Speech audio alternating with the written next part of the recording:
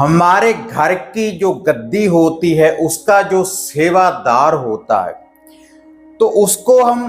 कैसे प्रसन्न कर सकते हैं और प्रसन्न करने के बाद कैसे शक्तियों की हम प्राप्ति कर सकते हैं।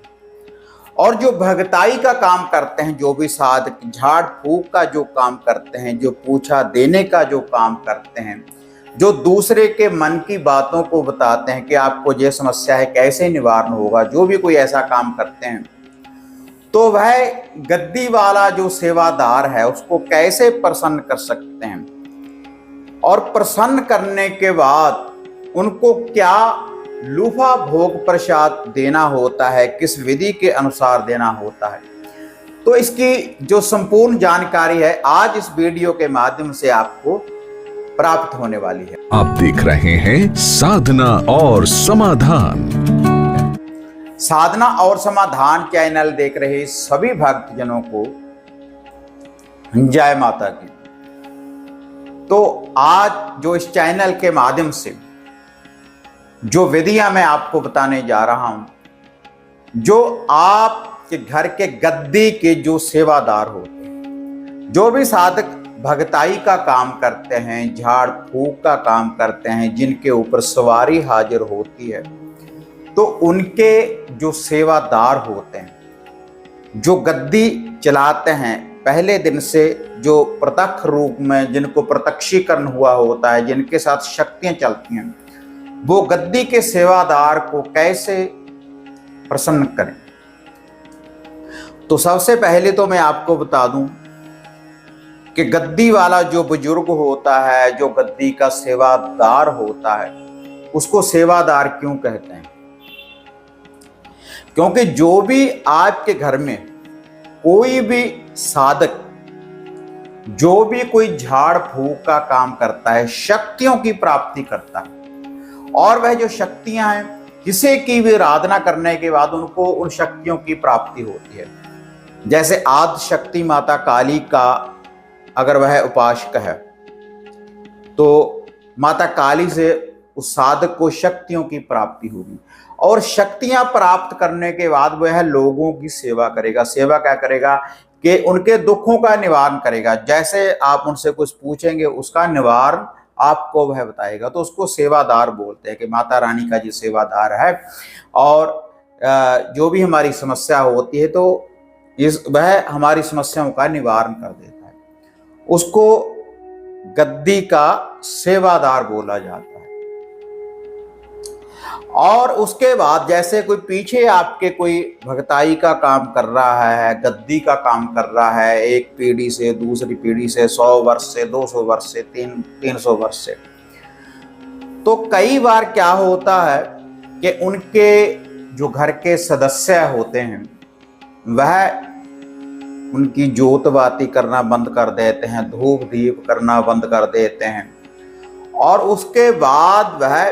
किसी न किसी आराधना में लग जाते हैं जब घर में समस्याएं पैदा हो जाती हैं। क्योंकि जिनके घर में एक बार कोई साधना सिद्धि का किसी ने भी प्रत्यक्षीकरण कर लिया, जैसे वह उनका कुल देव बनकर रह जाता है या कोई कुल देवी बन जाती है, क्योंकि उस व्यक्ति ने उसकी आराधना की होती है किसी न किसी इष्ट की, चाहे वह काली है, मदानन है, घोरी है, कोई भी हो सकता है। और वह जो आराधना है वह तामसिक विधि के द्वारा भी हो सकती है, सात्विक विधि के द्वारा भी हो सकती है। क्योंकि कई घरों में ब्लैक मैजिक की गद्दी होती है जहां पर मांस मदरा बलि वगैरह का भोग लगाया जाता है, और कई गद्दियों के ऊपर सात्विक विधि के द्वारा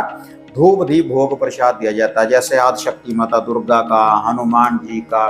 वैसे माता काली का भी, भैरव का भी सात्विक विधि के अनुसार हम किसी को भी मान सकते हैं, किसी महमदिन साधना को भी कर सकते हैं। और कुछ गद्दियों के ऊपर जो भगताई का झाड़ फूक का काम करते हैं, कई गद्दियों के ऊपर तामसिक लूफा भोग प्रसाद चढ़ाया जाता है।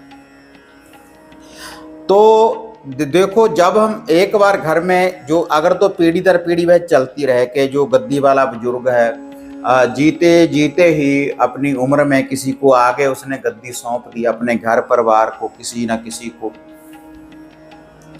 तो वह तो फिर चलती रहती है, उनको वह बता देते हैं कि हमारे साथ ये शक्ति चलती है, आप इसका ये लुभा भोग प्रसाद दे, तब तो कोई समस्या ही नहीं आती, क्योंकि वो पीढ़ी दर पीढ़ी गद्दी वैसे ही चलती रहती है। लेकिन कई बार हमें पता ही नहीं चलता कि हमारे जो गद्दी के सेवादार हैं किसको वह मान रहे हैं, हमारा जो कुल देव कौन है, हमारी कुल देवी कौन है। और उसके बाद हम साधकों के पास, तंत्रकों के पास जाते हैं, और जो भी किसी का उपासक होता है, ज्यादातर देखा गया है कि अगर आप किसी काली के भक्त के पास जाएंगे, वो आपको बोल देगा कि आपको काली की आराधना करो, या कोई मोहम्मदन पीर की साधना कर रहा है तो आपको मोहम्मदन पीर की तरफ वो आपको आकर्षित करेगा कि इसको मानो। तो इसलिए आपकी समस्या का समाधान नहीं हो पाता, तो आपको कठिनाइयों का सामना करना पड़ता है, आपके घर में समस्याएं रहती हैं, आप इलाज वगैरह भी करवाते हैं, बहुत कुछ हो जाता है, लेकिन फिर भी आपको रास्ता नहीं मिलता। सवारी भी हाजिर हो जाती है कई साधकों के ऊपर, लेकिन उनको पता ही नहीं चलता कि हमारे ऊपर क्या शक्ति है और इसका हम क्या लुभा भोग प्रसाद दें। तो इसके लिए अगर आपके भी घर परिवार में कोई पुरातन गद्दी है, पहले से कोई झाड़ फूक का काम कर रहा है, तो आप इस वीडियो के एंड तक बने रहें, तो आपको जानकारी की प्राप्ति होगी कि आपको उन शक्तियों की कैसे प्राप्ति होगी और उस गद्दी के सेवादार को आप कैसे प्रसन्न कर सकते हैं। देखो, इतना तो पता ही होता है हर इंसान को कि हमारे घर में तामसिक विधि के द्वारा जो देवी देवता हैं पूजे जाते हैं, या सात्विक विधि के द्वारा पूजे जाते हैं। क्योंकि जो भी आपका घर परिवार होता है, आपके चाचे ताऊ जो भी होते हैं, जितना भी आपका परिवार होता है, उनको किसी ना किसी बुजुर्ग को, जो भी आपके घर परिवार में पुरातन होता है, तो उससे इतनी जानकारी तो प्राप्त हमें हो ही जाती है कि हमारे घर में सात्विक विधि के द्वारा पूजना होती है या तामसिक विधि के द्वारा, कोई बकरे वगैरह की बलि देते हैं या मुर्गे वगैरह की कोई बलि देते हैं, या कोई हुक्का ताजा करते हैं, या फिर बिल्कुल ही सात्विक विधि के द्वारा हमारे घर में पूजा अर्चना होती है। तो इसके लिए अगर आप गद्दी का काम कर रहे हैं, झाड़ फूक का काम कर रहे हैं, तो आज आपको मैं आपकी गद्दी के ऊपर के आपका जो गद्दी वाला बुजुर्ग है, जो पीछे से चलता आ रहा है, कोई भी गद्दी वाला जो बुजुर्ग जो पीछे से चलता आ रहा है, जो भी कोई परंपरा है, क्या वह आपके ऊपर कैसे प्रसन्न होगा, कैसे उसकी हाजिरी होगी और कैसे आपको वचन देगा और कैसे वह आपको रास्ता दिखाएगा। इस वीडियो के माध्यम से आज आपको संपूर्ण जानकारी मिलेगी। तो उस गद्दी वाले बुजुर्ग का ध्यान करते हुए, जहां पर भी आप जोतबाती करते हैं, जहां पर भी आप कोई चिराग लगाते हैं, किसी भी इष्ट की देवी देवता की जोत लगाते हैं, तो आपने क्या करना है, आपने गद्दी वाले बुजुर्ग के नाम की एक पगड़ी लेकर आनी है, 5-5.25 मीटर की सफेद वाइट वाली पगड़ी आपने लेकर आनी है। और वह जो पगड़ी है उसको आपने बांध लेना है, जैसे पगड़ी बांधते, पगड़ी बांधने के बाद ऐसे ही उसको आपने अपनी गद्दी के ऊपर कहीं भी आपने रख देना है, किसी किल्ली के ऊपर टांग देना, धूप दीप करने के बाद, कि जो भी हमारी गद्दी का बुजुर्ग है वह हमारी गद्दी के ऊपर पहरा दे पूर्ण रूप से। और जो भी हमारे घर का कोई इष्ट है, देवी देवता है, कुल देव है, कुल देवी है, तो आप हमें रोशनी दिखाएं, सही मार्ग की ओर हमें आप लेकर चलें। उसके बाद देसी घी का एक दीप गद्दी के बुजुर्ग के नाम का, जो गद्दी वाला पूर्वज है आपके पीछे, उसके नाम का एक दीप का रोशन करना शुरू कर दें। जो आप और जोतबाती कर रहे हैं तामसिक या सात्विक विधि के द्वारा, वो तो आपने करनी ही करनी है, लेकिन गद्दी वाले बुजुर्ग के नाम का एक उनकी साइड के ऊपर आपने एक दीप का आपने रोशन कर देना है, गद्दी वाले बुजुर्ग का नाम लेकर। और उसके बाद रेगुलर आपने गद्दी वाले बुजुर्ग को मनाने के लिए आपने रेगुलर थोड़े से चावल बनाने हैं आपने, और वह जो चावल हैं ऐसे ही पानी में आपने उनको उबाल लेना है, बॉयल कर लेने हैं, थोड़े से चावल एक कटोरी, और उन चावलों में बूरा डालना है आपने, देसी घी और बूरा। जैसे हम किसी मेहमान को पुरातन समय में खिलाया जाता था बूरा, तो देसी चीनी और देसी घी थोड़ा सा डाल लें और 5 बतासे उसके ऊपर रख लें, गद्दी वाले बुजुर्ग का नाम लेकर। और जो आपने वह दीप का रोशन किया है उसके आगे गोबर के कंडे, गोबर के उपले की अंगियारी आप रख लें, थोड़ी सी अंगियारी रख लें आप। और यह जो साधना आराधना किसी दिन से भी आप आरंभ कर सकते हैं। दिन इसकी में दिन की कोई समस्या नहीं, किसी दिन से भी आप ये कर सकते हैं। उसके बाद आप कम से कम 21 दिन की ये सेवा करें। 21 दिन ऐसे ही आप हाजिरियां डालना शुरू कर दें। वह जो दीप का रोशन किया है, गोबर के कंडे, गोबर के उपले की अंगियारी उसके आगे रखने के बाद थोड़ी सी देसी घी की होती डालें। उसके बाद आपने ओम गा गणपति का ध्यान धरें, और उसके बाद ध्यान धरें कि जो भी हमारे घर का कुल देव है, कुल देवी है, गद्दी वाला बुजुर्ग है, आप हमें हाजिरी दें और हमारे घर में सुख शांति हो, धन धन्य की वृद्धि हो, और हमें सही वचन हो, हमारे ऊपर सवारी हाजिर हो। जैसा भी आप उनको, जैसा ही प्रत्यक्षीकरण करना चाहते हैं वैसा ही प्रत्यक्षीकरण करें। और गद्दी वाले बुजुर्ग का नाम लेकर थोड़े से चावल उस कढ़ाई में से, जो आपने कटोरी में चावल रख रखे, थोड़े से चावल उसमें आपने डाल देने हैं। वह जो आपने अंगियारी रखी है, जिसके ऊपर देसी घी डाला है, थोड़ी सी होती उसके ऊपर आपने डाल देनी है। और जो 5 बतासे हैं, थोड़े थोड़े से बतासे काट लें उसमें से, थोड़े थोड़े से हाथ से, उसके बाद उसके ऊपर उनको डाल देना है। और फिर आपने क्या करना है, वह जो चावल और बतासे हैं उसके ऊपर से 7 बार ऐसे क्लॉक वाइज आपने घुमा लेने हैं। फिर अपने सर के ऊपर से 7 बार क्लॉक वाइज घुमा लेने हैं, माथे को आपने लगा लेने हैं। अरदास बेनती दुआ आपने करनी है। अगर आपके घर में कोई हुक्के की परंपरा है, क्योंकि हरियाणा में या कई स्थानों के ऊपर जो उनके बुजुर्ग हैं हुक्के वगैरह का जो सेवन करते हैं, हुक्का वगैरह पीते हैं, तो हुक्का भी ताजा कर कर रखें साथ में। अगर कोई तामसिक विधि का भोग प्रसाद आपकी गद्दी के ऊपर लगता है, तामसिक विधि के द्वारा कोई शराब वगैरह का भोग लगता है, तो गद्दी वाले बुजुर्ग के नाम का लोभा भोग प्रसाद देने के बाद आप वह भी दे सकते हैं गद्दी का। कुछ भी भोग प्रसाद लगाएं, पहले गद्दी वाले बुजुर्ग का, और उसके बाद ये भोग प्रसाद लगाने के बाद आप गद्दी वाले बुजुर्ग से अर्ज दुआ बेनती करें कि आप हमें दर्शन दें, हमारे सर के ऊपर आपकी सवारी हाजिर हो, और जो भी हमारे घर के इष्ट हैं, देवी देवता है, कुल देव है, कुल देवी है, उसके बारे में आप हमें रोशनी दिखाएं, और जो भी हमारे घर में कोई समस्या है आप उसका निवारण करें। और जो भी हमारे घर में कोई मन्नत रहती है, कई बार हम कोई ऐसी मन्नत मांग लेते हैं बाद में भूल जाते हैं, कि उसकी आप हमें रोशनी दिखाएं, हमें सही मार्ग की ओर लेकर चलें। कि अगर किसी की कोई भी मन्नत देनी है, किसी का कोई बकरा देना है, या सात्विक विधि के द्वारा या तामसिक विधि के द्वारा जो भी लोभा भोग प्रसाद है, आप हमें रोशनी दिखाएं, हम देंगे कि हम आपकी शरण में आए हैं। ऐसी अर्ज दुआ बेनती करने के बाद उसके बाद वह जो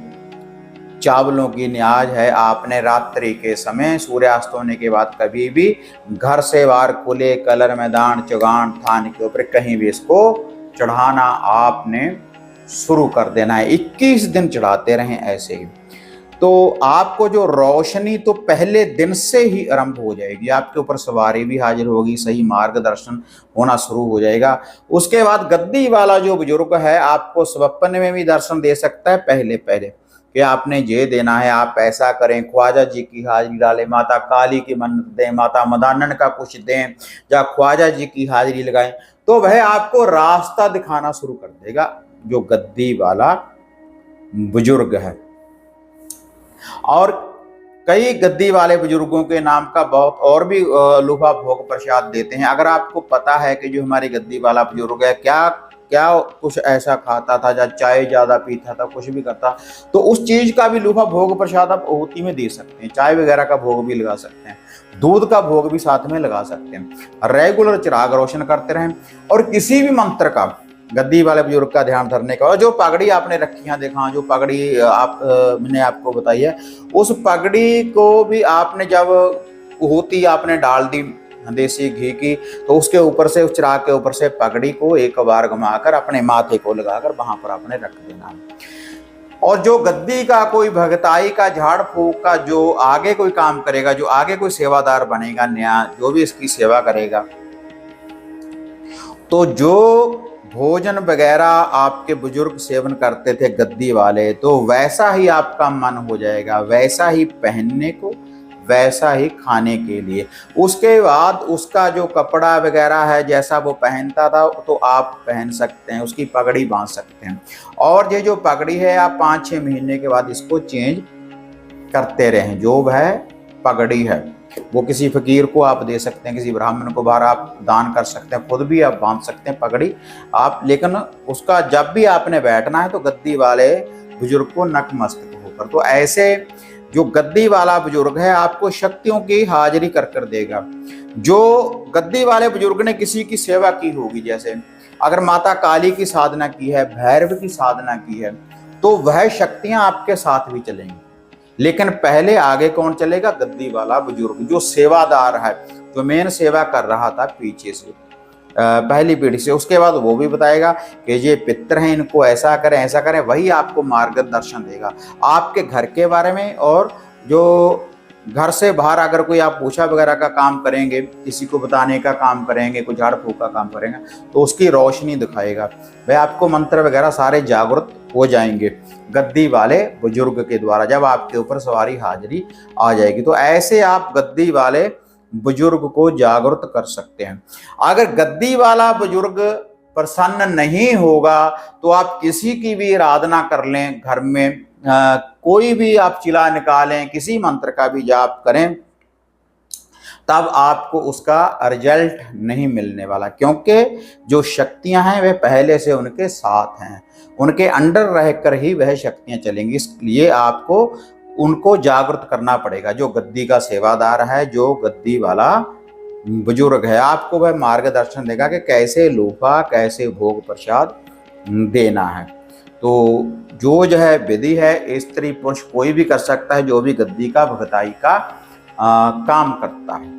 लेकिन गद्दी वाले बुजुर्ग के साथ साथ आपने दूसरा भोग प्रसाद भी थोड़ा थोड़ा लगाते रहना है, जो भी आपके घर के इष्ट हैं। अगर पता ही नहीं है कि हमारे घर के इष्ट कौन है, कुल देव कौन है, कुल देवी कौन है, तब आप केवल गद्दी वाले बुजुर्ग की सेवा आरंभ कर सकते हैं। इस विधि के अनुसार वह आपको मार्गदर्शन दिखाना शुरू कर देगा, जो गद्दी वाला बुजुर्ग है। और जहां जहां पर वह जाता होगा, गद्दी वाला बुजुर्ग जो सेवादार है, जहां जहां पर भी, जिस दरबार में भी जाता होगा, काली के दरबार में जाता होगा या सफेदों कहीं पर भी जाता होगा, बावरियों की मानता करता होगा या ख्वाजा गरीब नवाज की मानता करता होगा, तो वह दरगाहें आपको दिखना शुरू हो जाएंगी, वह स्थान, वह मंदिर आपको दिखने शुरू हो जाएंगे, वह दरबार आपको दिखना शुरू हो जाएंगे। जिसकी भी सेवा वह करता होगा, चौगान वाली का गुड़गांव जाता होगा, कहीं पर भी अगर वो जाता होगा, तो वह स्थान दिखने आरंभ हो जाएंगे आपको, जब गद्दी वाले बुजुर्ग की आप सेवा आरंभ कर देंगे। तो ऐसे आप गद्दी वाले बुजुर्ग को प्रसन्न कर सकते हैं। जो भी कोई सेवादार है आपकी गद्दी का, जिनके घर में इल्म है, उनके लिए ये वीडियो है, जिनके घर में इल्म है और उसको वह चलाना चाहते हैं आगे, तो इस विधि के अनुसार आप उनकी मन्नता कर सकते हैं। और कुछ साधक ऐसा होते हैं कि सेवा तो करना चाहते हैं लेकिन गद्दी वगैरह नहीं चलाना चाहते, लेकिन उसके लिए भी आपको ये लोहा जो भोग प्रसाद है देना पड़ेगा, तभी आपकी घर की समस्या का समाधान होगा। ऐसा नहीं अगर पहले गद्दी थी आप उनका लोहा भोग प्रसाद देना बंद कर देंगे कि ऐसे ही ये इल्म बंद हो जाएगा। इल्म ऐसे बंद नहीं होता भाई, तो इल्म तो जागृत रहेगा, इल्म तो फिर भी चलता रहेगा आपके घर में, तो वह नेगेटिविटियां आपके घर में रहेंगी। और किसी तंत्र, किसी साधक से अगर आप पूछने जाएंगे तो वो आपको बताएंगे कि आपके घर में तो मसाणी लग रही है, आपके घर में तो ये चीज लगी हुई है, लेकिन शक्तियां वही होंगी आपके घर में, वो सही रास्ता नहीं दिखने देगी। आम साधक, जो भी कोई तंत्र के कोई ऐसे होते हैं जो नॉर्मल होते हैं, तो उनको पता ही नहीं चलता कि हमारे घर में गद्दी है, वही शक्तियां दिख रही हैं, वो कभी कुछ बनकर दिखेंगी, कभी कुछ बनकर दिखेंगी, इसलिए उनको रास्ता नहीं देती ये शक्तियां, और आपके घर का निवारण नहीं हो पाता उतनी देर। तो ऐसे आप देखो गद्दी वाले बुजुर्ग को प्रसन्न कर सकते हैं। 21 दिन की ये सेवा है, तो ऐसे आप रेगुलर आप भोग प्रसाद देना शुरू कर दें, रास्ता आपको जल्दी ही मिल जाएगा, लेकिन भोग प्रसाद 21 दिन आप देते रहें। तो अगर ये जानकारी आपको बढ़िया लगी तो इस वीडियो को